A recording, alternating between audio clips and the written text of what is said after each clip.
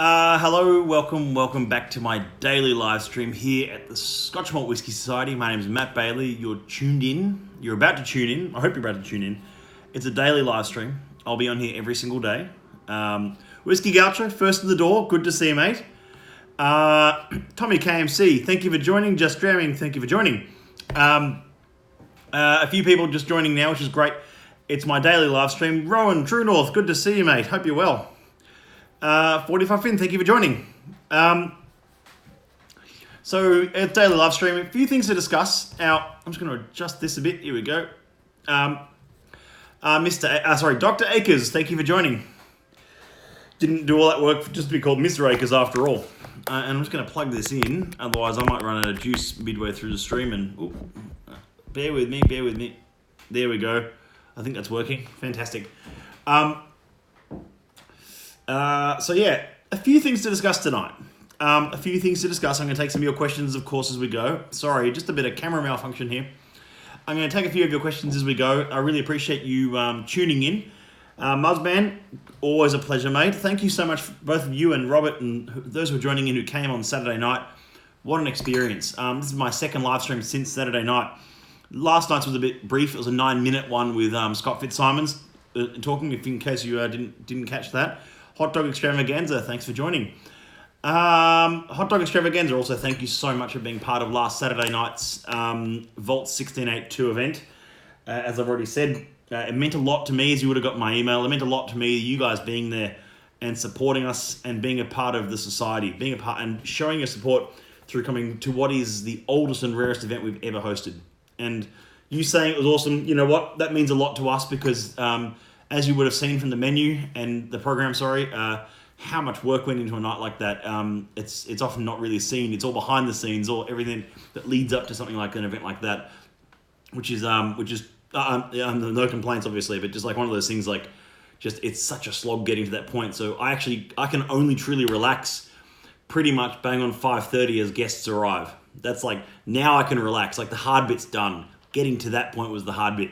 And I think that's one of the things that you don't think about with events so often. It's like the hard part is getting to the point of the event starting. Like this week is not slowing down at all. This Thursday we have the Bricks Night.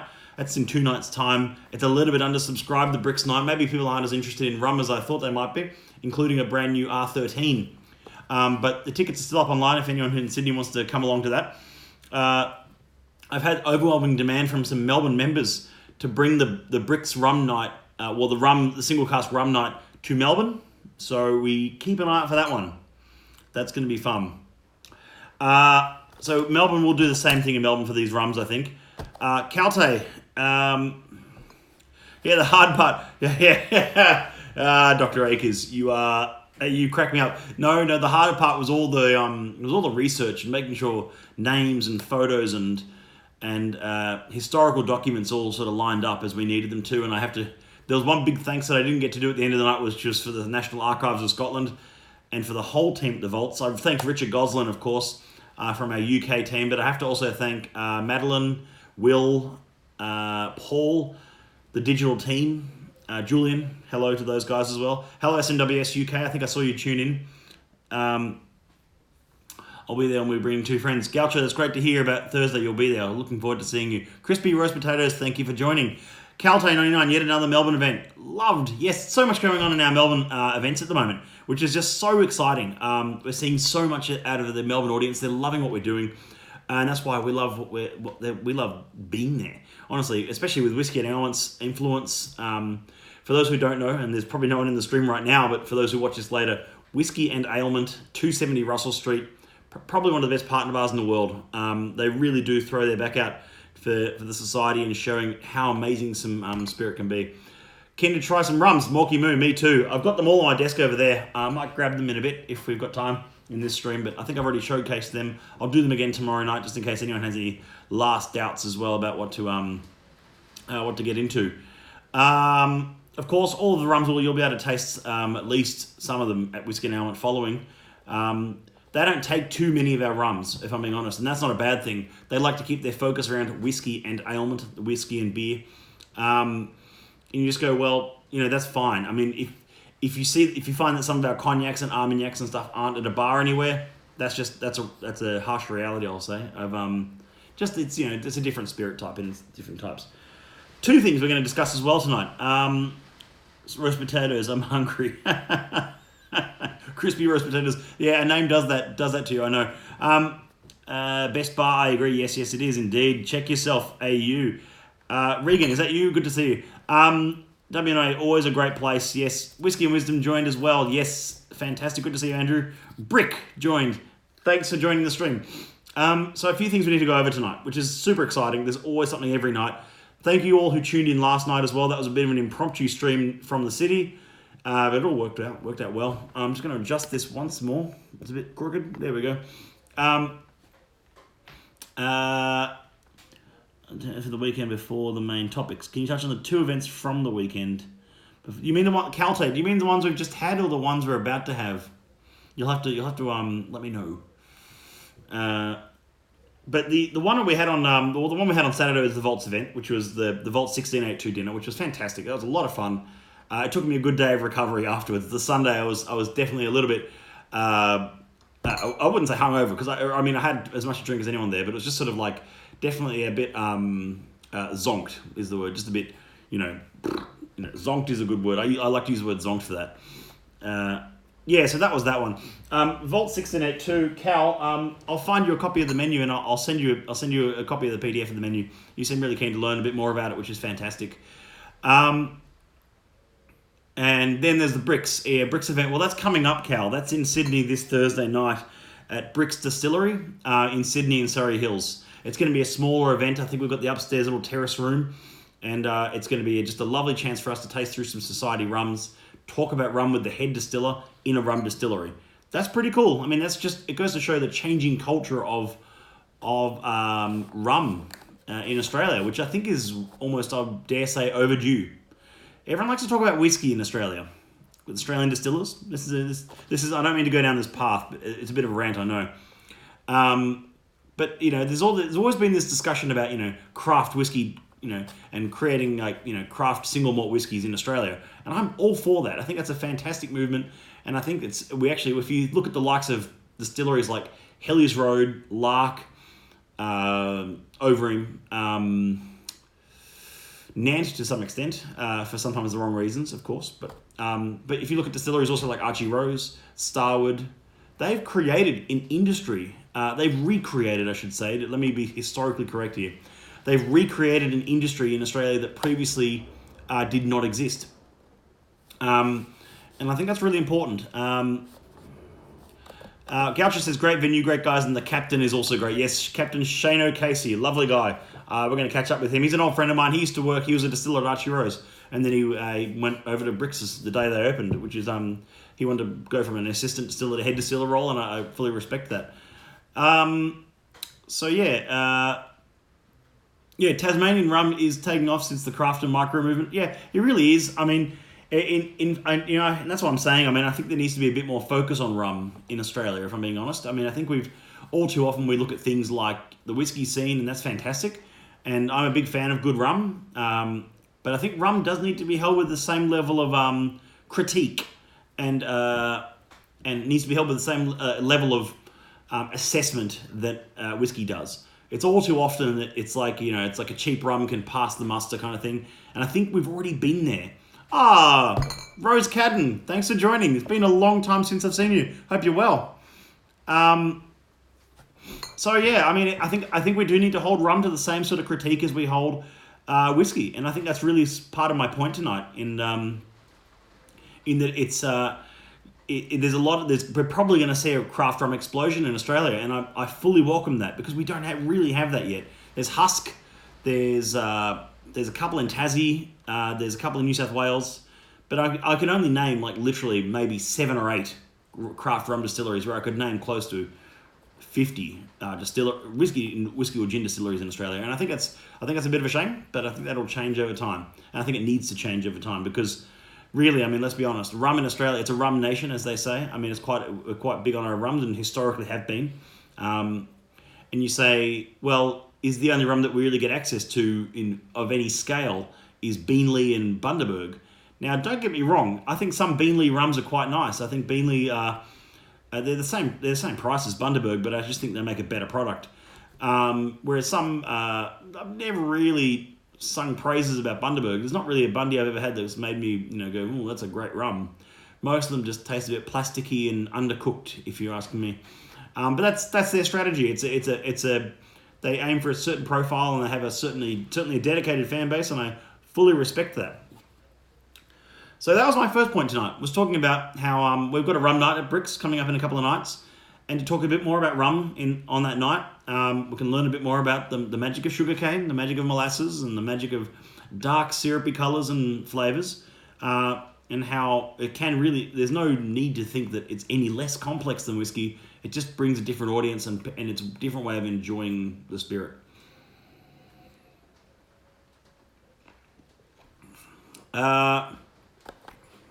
Next point. Now, I've got a special guest joining me as early as, dare I say later this week or early next week. Hold on, before I go on to that next point. Brick says, but mate, Bundy.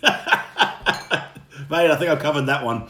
Robert Akers says the Pinot cask, I'm assuming he means that Bricks is coming along nicely. Yes, I would agree. They're doing some lovely spirit from that little still.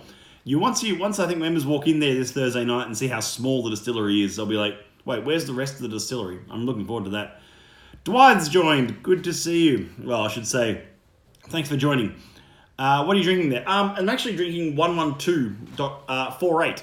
It's a tart fruit crumble. It's an Inchmurrin. I didn't have the bottle in front of me when I started the stream.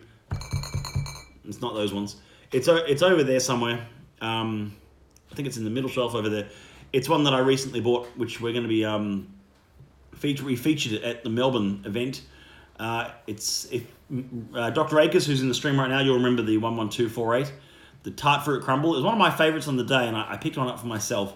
I think it's a lovely whiskey, and I'm a huge fan of Loch Lomond Distillery.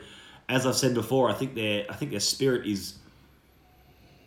Their spirit quality is remarkable. They really do have, as I posted on the Facebook group a few months back, I was very graciously invited to do a new make sampling with the distilling team at Loch Lomond when I was over in May, and they asked me to assess. I think it was about 13. 41. They asked me to assess and write notes on, I think it was 13 different new make runs, which was remarkable to do. Seriously, it's a humbling experience, but you just go that the spirit quality, and we tasted, and in the tasting room afterwards, we tasted everything from a 1-year-old work in progress, obviously not a single malt whiskey yet, a 1-year-old work in progress barley spirit drink, you could call it, all the way up to a 26-year-old something special golf edition something. I don't remember the name of it, sorry. It's in my book somewhere. And I just remember thinking, you know what, actually the 1 and 3-year-old spirits we tried were the best. They really were. It's like they were young. They had so much vibrancy from the cask, yet the spirit was shining. It was a lovely spirit. Will cognac take off again? There is a cycle of spirits. It's like the whiskey scene where Melbourne hipsters only drinking rye. Wow, that's a generalization, but I get where you're coming from, Calte. Yeah, I mean, rye's taking off at the moment again, isn't it? It's because it's it's called like that sort of hard peppery sort of spirit style. But the thing is, I mean, the Australian ryes I've had the chance to taste, like the Archie Rose rye and a few others, aren't like that at all. But the Rittenhouse style or Sazerac style of rye is quite big. I mean, I think cognac's already had its day in the sun for a while. If I'm answering that question completely, Cal. I think cognac was huge, especially in China throughout the 90s. I think we've seen the cognac market has been slipping. Armagnac's been going up, slid a little bit, but we're talking this much. And whiskey and gin are showing no signs of slowing down internationally. So, which is baffling to me, especially given how many gins there are on the market. 11241 is the one you got correct there. Dr. Lamb, thank you for joining. Malia Barry, good to see you as always. Casa de Vinos, a pleasure. TWR, Travelling Whiskey Reviews. Okay, fine, just for you. There you go. Thanks, Robbie. Just for those who don't know, Robbie runs a website, Travelling Whiskey Reviews. He often is the first to break a lot of whiskey news locally. Always good to follow him. He's doing some great stuff there. Loch Lomond does interesting things, not always successful, but always interesting. I'll completely agree with you there, Muzz. That's a good point. Yeah, B's dick increase. Yeah, I mean, tiny amount there, Cal. I mean, Armagnac doesn't really have the capacity to scale like others do. That's due to the way Armagnac is made and the number of distilleries in Armagnac and the region of Armagnac, which is tiny. So, where was I? Okay, well, I got a bit sidetracked, but I was talking about rum for a bit there and talking about how more distilleries should embrace rum, if I'm being honest. They should embrace it, learn how to serve it, learn how to create it, and actually mess around with it a bit more, because you can, there's more likelihood of there being success for a white rum than there is for a white whiskey, let's be honest. I mean, new make isn't exactly how do I say this as diplomatically as possible? I mean, new make is not a drink you drink. It's not a drink you sit down and enjoy. There's probably literally 2 cocktails on earth where they're so experimental and weird that putting new make in as one of the ingredients is a bit like one of those wacky cocktails that, like when you get a cocktail with like a peanut butter blob in it or something, it's like, I mean, that's fun, but you'd have it once and it's a bit of a novelty. It's a bit of a novelty ingredient in the cocktail world, but it's probably, and I know there's pochine and there's, moonshine and stuff, but really, I mean, it's not going to hold up long term, I don't think, compared to mature spirit. I love Armagnac. Carl Carlington, I love Armagnac as well. Special guest. Thank you, Hot Dog Extravaganza. If it wasn't for you, it wasn't for people like you, I'd completely lose my track of thought from reading these comments sometimes. Hold on a second, everyone. So here's what I'm going to do. I've got a very special guest. It's actually Murray. Murray's going to be joining me. We're going to work out the day in the next few days or so. Murray, shoot me a message. When works for you? Because I'm going to hold it up here. We're going to do a bit of a review in lead up to October Outturn, because both he and I have now read the book of The Founder's Tale by Pip Hills. I'm super excited to be to feature this book for you guys. It's even on the back, Charlie McLean writes, Pip Hills' contribution to the appreciation of malt whiskey cannot be overestimated. And I think once you read this, you'll be like, it says here, a good idea in a glass of malt. Once you read this, it's a bit like, I started into this book thinking, yeah, I know Pip's already had a profound impact on the society. And you don't really think about it until like you're 3 or 4 chapters in. And you go, oh, I had no idea how much of a profound impact he had, not just on the society, but on single malt whiskey. And it's like, this guy's a living legend, in my opinion. It's like he's created a scene for single malt appreciation and single malt marketing and creating great single malt, single cask releases that previously was not a thing.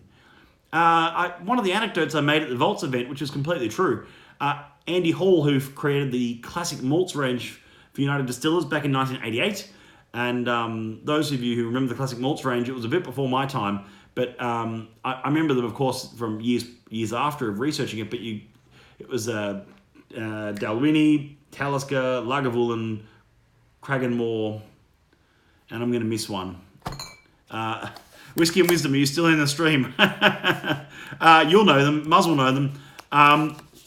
Having those, that was like and it was sort of like an understanding of like how the idea for the classic malts was kind of like, Pip claims that it was Andy who pinched them. Oban, thank you. Oban, correct. It was Andy Hall from UDL who pinched the idea. He pinched the idea for these off Pip to create them at what we now know as Diageo. And it was sort of like, it's a remarkable piece of history, and you read through this kind of stuff and it's like, I had no idea the influence over that period of time that the society had on creating and marketing great single malt whiskey. And the way that Pip, this is one for you guys at home as well. I should just say hello, by the way. Hello to Kyle. Hello to Whiskey Holic. Thank you for joining in. And hello to Whiskey Pete. So you can try this as well at home. It's when you're doing this whole sort of like, the way that Pip got people interested in the society in the early days, just like it is now when you say to someone, oh, have you heard of single cask whiskey? And they're like, oh, I've heard of it. It's like, how do you get into something like that though? It's like, pour them a glass. It's as simple as that, and it worked with Pip. It's like, oh, it's like you can look at a bottle all you like and you can say, oh, it's, it's this and that and the stats are this and the numbers are this.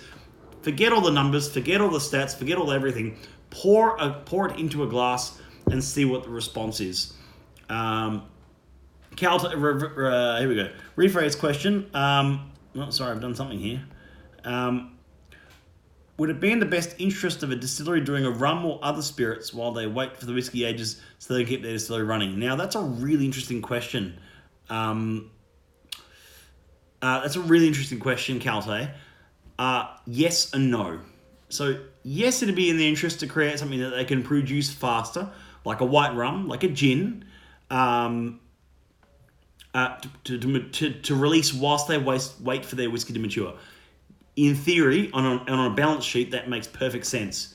Where it doesn't make sense, however, and I'm going to be completely honest with you on this, where that doesn't make sense is in the reality that most whiskey distilleries, and this is going to be a controversial one for some, but in most whiskey distilleries' case, they go into it to make whiskey, not to make gin or rum. So when they make a gin or rum, I'll be honest, the end result is never ever much good. What I mean by that is it's like there's so many. I'll give you another example, Cal. If they have a whiskey distillery and they know how to make whiskey and they've employed a whiskey distiller, and then 6 months in they realize, wow, we've gone 6 months without any cash flow, and we've got another 2-3 years without any cash flow. It's like, how do we, we should make a gin. We can make a gin really quickly and release it in a fancy packaging. And it's like, well, but it's crap gin because no one there knows how to make gin. There's a perfect example of this, and I don't like to call them out, but because it's gotten a lot better. I'll be honest, it's gotten a lot better.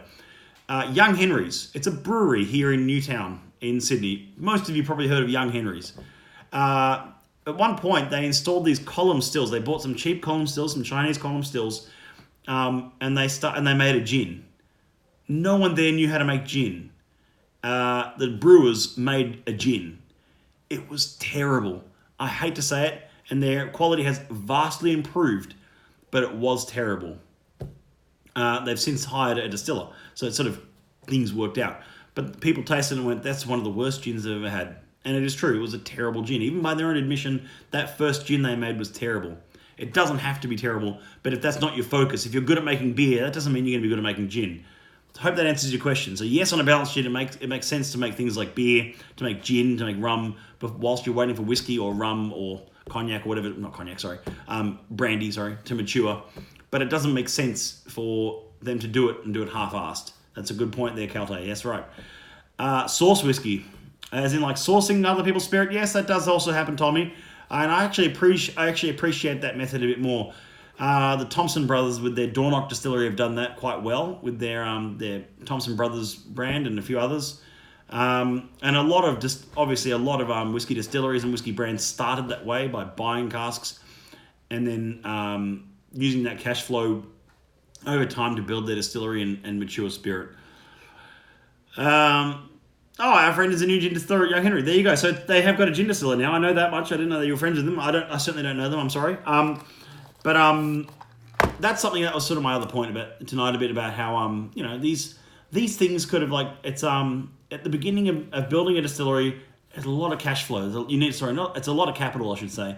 You need a lot of money to put something like that together, and you're not gonna make any money if you're just gonna make whiskey, unless you've got a lot of capital and time up your sleeve to do it. So yes, most will do it, and most won't do it very well. I know this sounds like a shout out to one of our partner bars, but I do mean this. I honestly think that a distillery like Archie Rose make incredible gin, and they're making incredible rye, and soon they're going to make incredible whiskey. Single malt. Definitely keep an eye out for that.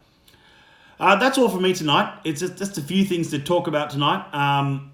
External sourcing from contract suppliers is big in the US. It very much is, Muzz. It's a very good point. Muzz, let's hit me up. Let's do a book session. Let's do a live book session on here, and we'll talk about about Pip's new book, The Founder's Tale. Of course, just a quick shout out. Thursday night is Bricks Distillers. It's in 2 nights' time. You're welcome to come to that if you're in Sydney. Tickets are just $80, I think, on the website. Then you get 5 single cask rums, a cocktail, and food for $80. That's ridiculous. Then Saturday night is Brooklady night. There's about 8 tickets left for that, for the Brooklady night.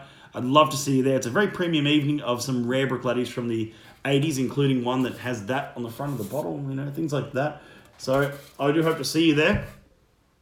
And we're opening the Event Horizon. We're opening all sorts of goodies and rarities on that night. So if you're interested in coming to that, please let me know and I can sort you out. And then after that, of course, is the week after, which is all the gathering events in Melbourne, Sydney, Canberra as well, and Adelaide. So all the gathering events on the line. There's so much coming up at the gathering events. Yeah, Tommy, man, the laddie event, I tell you what, unbelievable. And of course, if you can't join us in person at any of the gathering events, or you can, and you also want to do it at home, the gathering packs are still live on the website at the moment. I've done that almost every live stream, haven't I? I only spilled a little drop. It's hard having all this stuff on the table. Damn. Okay. $120 gets you all 5 drams, all 5 tasting notes, and hosted by yours truly and our cellar master, Andrew Durbidge. This is going to be a lot of fun. There's some lovely whiskies in there. Look at this one, for instance. Look at this. I know I'm a big sucker for 33s. 33.239, a 23-year-old whiskey. Bam! So good. Oh, and of course, the 33s in there as well. Campfire Marshmallows. Looking forward to hosting that with Andrew out of this office here. The setup of which I don't even know how we're going to do yet. That's a nightmare for another evening ahead. I'll have to think about that because the live streaming to YouTube, you're not allowed to do on a phone or something at the moment. Anyway, because we don't have enough subscribers yet. Isn't that the sad reality? I'd love for you to subscribe to us on YouTube. I'm going to be putting up a bunch of these videos on YouTube that we've been discussing. We'll do the book review on there as well, and which will be announced shortly. It's a free one. It's just it'll be an 8 o'clock session again, a live stream with the Founder's Tale. We'll talk about this book, some of the history, and have a dram. Thank you so much for everyone for tuning in as always. 8 o'clock every night. Every night I can do it, of course. I say I missed 1 or 2 so far in the last 6 weeks, but I'm aiming to be here every night. Thank you again. Have a great evening and happy Tuesdays to you all, and cheers.